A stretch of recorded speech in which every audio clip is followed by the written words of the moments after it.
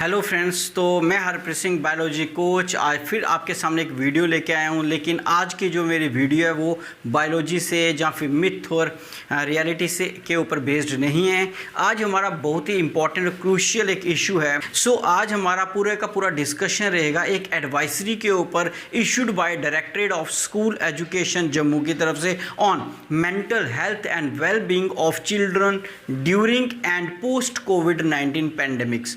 तो कहने का मतलब कि एक गवर्नमेंट की एडवाइजरी इशू हुई है और उसके कुछ पॉइंट्स हैं जो आज हम यहाँ पे डिस्कस करेंगे और देखेंगे कि इस कंडीशन जो है कि बहुत ही पिछले 1.5 साल से बच्चा जो है बहुत ही ज़्यादा सफ़र कर रहा है एज़ कंपैरिजन टू एडल्ट्स।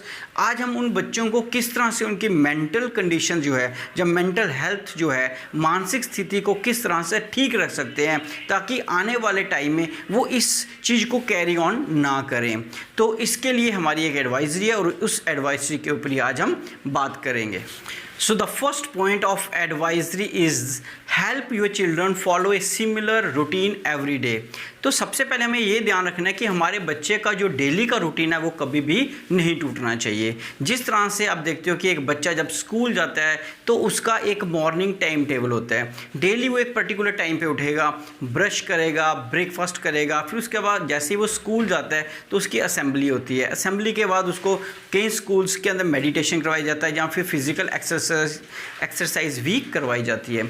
इसी तरह से अगर आज बच्चे हमारे किसी कारण घर पे हैं तो हमें उस बच्चे की रूटीन को डिस्टर्ब नहीं करना है। एक पर्टिकुलर रूटीन बनाना पड़ेगा जिसमें वैसे ही उतने ही बजे हमें उसको उठाना है, ब्रेकफास्ट करवाना है, फिर उस बच्चे को मेडिटेशन, अगर असेंबली नहीं हो सकती, नेचुरल सी बात है घर पे तो असेंबली नहीं होगी, तो हमें उस बच्चे को प्रेयर करवानी पड़ेगी। किसी भी तरह की प्रेयर करवा सकते हो, उसके बाद उसको मेडिटेशन करवा सकते हो, क्योंकि आज आप देख रहे हो कि मेडिटेशन जो है बहुत ही इस कोविड-19 के दौरान, क्योंकि इससे हमें अंदर से जो ऑर्गन्स हैं, जो हमारा जो मेंटल है, ब्रेन है, उसको बहुत ही ज़्यादा स्ट्रेंथ मिलती है। ये भी हमें करवाना है और अगर हो सके तो फिजिकल एक्सरसाइज ज़रूर करवाएं जिससे हमारा ऑक्सीजन कैपेसिटी जो होता है वो ज़्यादा बढ़ता है। हमारे हर सेल को ज़्यादा से ज़्यादा ऑक्सीजन मिलेगा जब तक हम ठीक हैं। हाँ, अगर कोई बीमार है तो उसको उतना ज़्यादा फिजिकल वर्क करने की ज़रूरत नहीं है। तो this is the first point. तो इसके लिए हमें क्या करना है, उसके बाद जब ये सारा काम कर लें तो बच्चे का जो सिलेबस होता है उसको भी थोड़ा बहुत करवाया जाए। लेकिन हो सकता है वो ऑनलाइन कर रहा हो तो उसको ऑनलाइन ही करने दिया जाए। लेकिन अगर आप खुद उसको कुछ ऐसा करवा रहे हो तो उसके लिए वो जो टाइम टेबल सेटअप करोगे या उसका सिलेबस आप सेटअप करते हो, उसको पढ़ाते हो, दैट शुड बी फ्लेक्सिबल और रियलिस्टिक होना चाहिए। वो स्मार्ट गोल सेटअप करने हैं और वो मेजरेबल भी होने चाहिए, अटेनेबल होने चाहिए और रेलिवेंट भी होना चाहिए। यानी कि बच्चे को ओवरबर्डन नहीं करना है, जैसा बच्चा चाहता है उसी तरह से उसको भी पढ़ाना है। एक प्ले वे मेथड से पढ़ाएं ताकि वो बच्चा जो है वो उसको बड़े आराम से ले, ना कि इरिटेबल या इरिटेट होकर उसको ले। So the second point is time to be compassionate.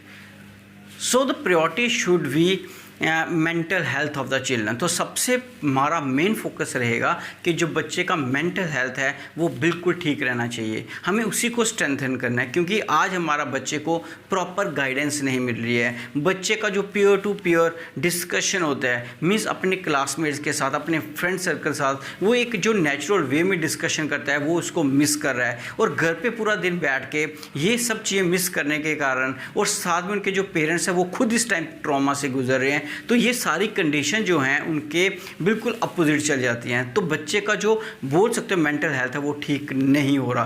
तो हमें क्या करना है, बच्चों को कोशिश करनी है कि एक गाइडेंस उनको प्रॉपर दें। साथ ही साथ बच्चे का कुछ टाइम जो है वो अपने पीयर ग्रुप कोई भी डिस्कशंस कर सकते हैं, किसी भी तरह की थोड़ी डिस्कशन करें जो एक हेल्दी डिस्कशन हो, जिसके कारण जो बच्चा अपना जो 24 आवर टाइम जो है वो ज़्यादा उन चीज़ों को ज़्यादा डिस्कस ना करे जिनसे हमें आउटपुट कुछ नहीं मिलेगा, उल्टा उनका मेंटल हेल्थ जो है वो भी बिगड़ सकता है। तो हमें ध्यान रखना है कि बच्चा कोशिश करे कि उसको इन चीज़ों से हटाकर उनका जो माइंड है या उनका जो ब्रेन है या उनका मेंटल स्थिति है उसको थोड़ा सा डाइवर्ट कर सकें एक पॉजिटिव वे में। So this is the second point. And the third point is encourage your children to disconnect from the gadgets. मतलब ये सबसे इम्पॉर्टेंट पॉइंट है। आज बच्चों को ये हमें बताना पड़ेगा कि अपने जो गैजेट्स हैं, वो किसी भी तरह के गैजेट्स हो सकते हैं, वो मोबाइल हो सकता है, वो टैब हो सकता है, वो लैपटॉप हो सकता है, वो यूट्यूब हो सकता है, उनसे वो थोड़ा सा हट कर रहे हैं। अब हम बात करेंगे कि अगर बच्चा इसको नहीं देखेगा तो वो अपनी स्टडी कैसे करेगा, क्योंकि अब होता क्या कि बच्चा इन चीज़ों को स्टडी तो कर ही रहा है, लेकिन इन चीज़ों को वो यूज़ तो कर रहा है, साथ ही साथ इनका वो क्या एडिक्ट हो रहा है। और हम पेरेंट्स, हमें लगता है कि बच्चा इसको देख रहा है, टाइम पास कर रहा है, बाहर नहीं जा रहा है, इस कारण हम बच्चों को छोड़ देते हैं और बच्चा क्या उसका एडिक्ट होने के कारण हो सकता है कि उसको ये ना और कोई 10 प्रॉब्लम्स हो जाएँ। ओके, सो हमें इस चीज़ का भी ध्यान रखना है। इसके लिए मैं यहाँ पर एक छोटी सी, आप बोल सकते हो कि वीडियो बता सकता हूँ एक, जिसमें हम क्या कर सकते हैं बच्चों को घर में, क्योंकि हमें हर चीज़ का सोल्यूशन ढूंढना है as a parents, as a teachers. Okay, so हमें क्या करना है, बच्चों को कोशिश करनी है खुद इन्वॉल्व करना है। किस चीज़ में इन्वॉल्व करना है, हमें उनको एक फैमिली टाइप गेम्स होनी चाहिए, ओके, स्टोरी टेलिंग्स होनी चाहिए, या फिर उन बच्चों को ऐसी कुछ गेम्स खुद बना के देनी है जिसमें पैसा तो नहीं लगेगा, लेकिन बच्चा पूरी तरह से इन्वॉल्व हो जाए, उसके ब्रेन के अंदर जो भी नेगेटिविटी वो निकल जाए और पॉजिटिव चीज़ उसके अंदर आना शुरू हो जाए। जैसे हम यहाँ पे देखोगे एक छोटी सी वीडियो, इसमें आप देखो कि 2 बच्चे जो हैं वो किस तरह से अपने घर के अंदर ही खेल रहे हैं और खुश हो रहे हैं। हो सकता है कि ऐसी ही गेम्स आप भी घर में बनाओ बच्चों, क्योंकि हमारा इस टाइम पूरी प्रायोरिटी, हम खुद भी पेरेंट्स उसमें इन्वॉल्व हो सकते हैं। आप जितना ज़्यादा इसमें इन्वॉल्व होंगे, जितना ज़्यादा इन गेम्स में इन्वॉल्व होकर बच्चों के साथ खेलोगे, उतना हम इन चीज़ों से ज़्यादा लड़ सकते हैं। तो कहने का मतलब ऐसी छोटी छोटी गेम्स आप बच्चों को खिलाएं जिससे बच्चा इन चीज़ों से बाहर हो जाए।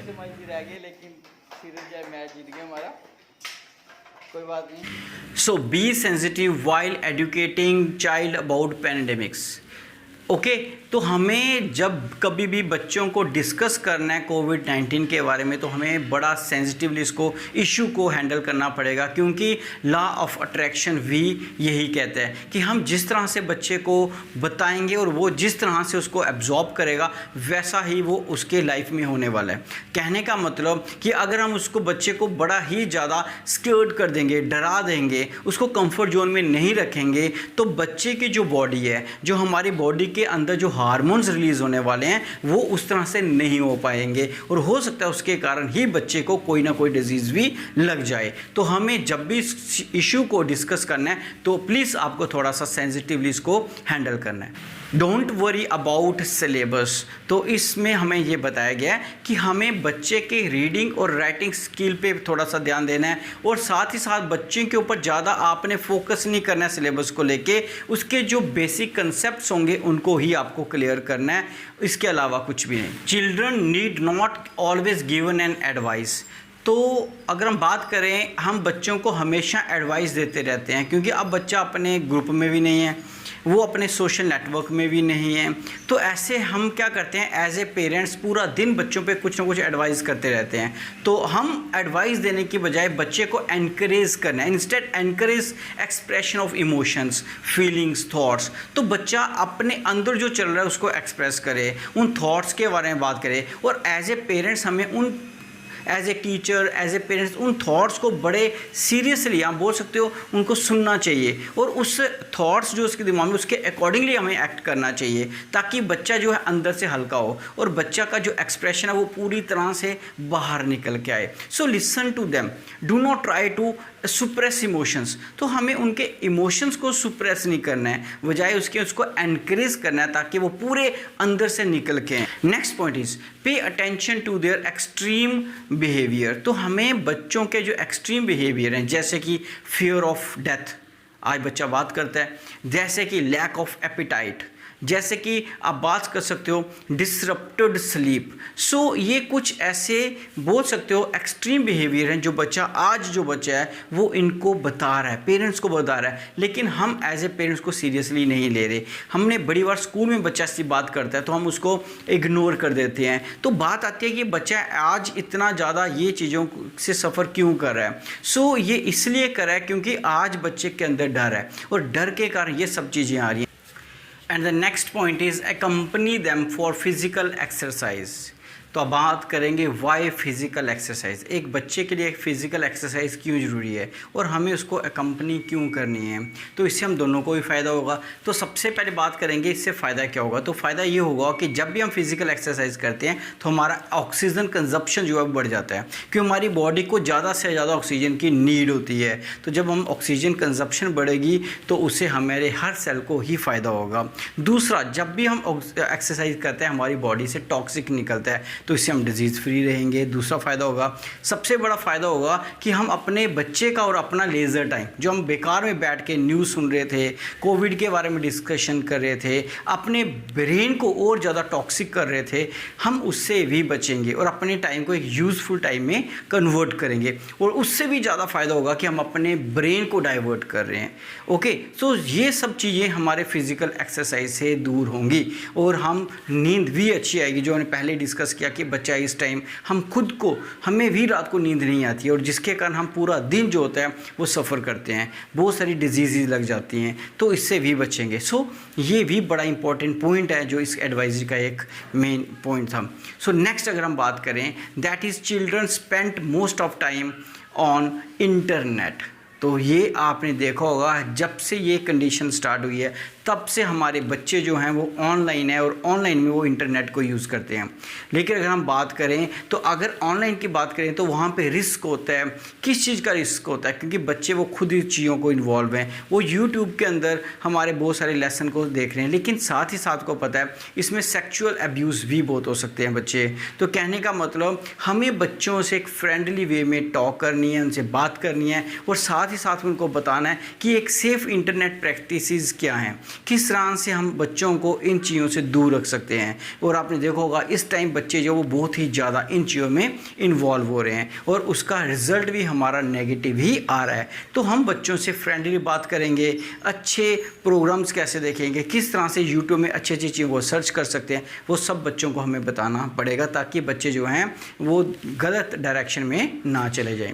Next point is that allow the children to stay connected with peers. तो हमें अलो करना है बच्चों को अपने, ताकि वो अपने ग्रुप मेट के साथ डिस्कशन कर सके, उनके साथ मौज मस्ती कर सके।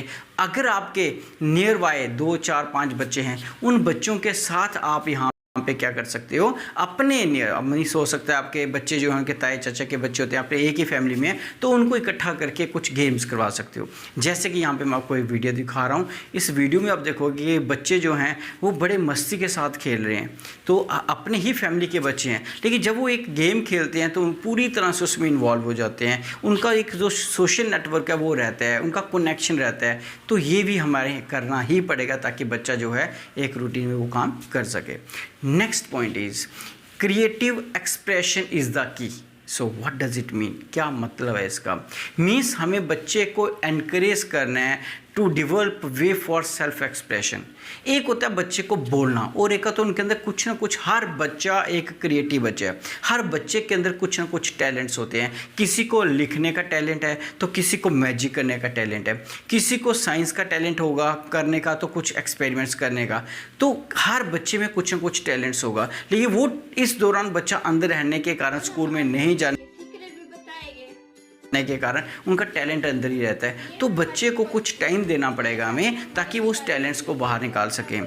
जैसे कि यहाँ पे फिर मैं एक आपको वीडियो दिखाऊंगा छोटा सा साथ में। यहाँ पे आप देखोगे बच्चा यहाँ पे वो क्या कर रहा है, एक मैजिक कर रहे हैं। तो मैजिक है क्या? वो साइंस के ही मैजिक हैं जो उन्होंने अपने बुक्स में पढ़ी होंगी और उसी को आगे वो एक्सप्रेस भी कर रहे हैं। तो ऐसा करके भी बच्चा जो है वो इन चीज़ों से दूर रहेगा और अपना जो उनका मेंटल हेल्थ है वो बहुत ही ज़्यादा स्ट्रेंथन होगा। ओके, तो आप इंजॉय करिए इस वीडियो को।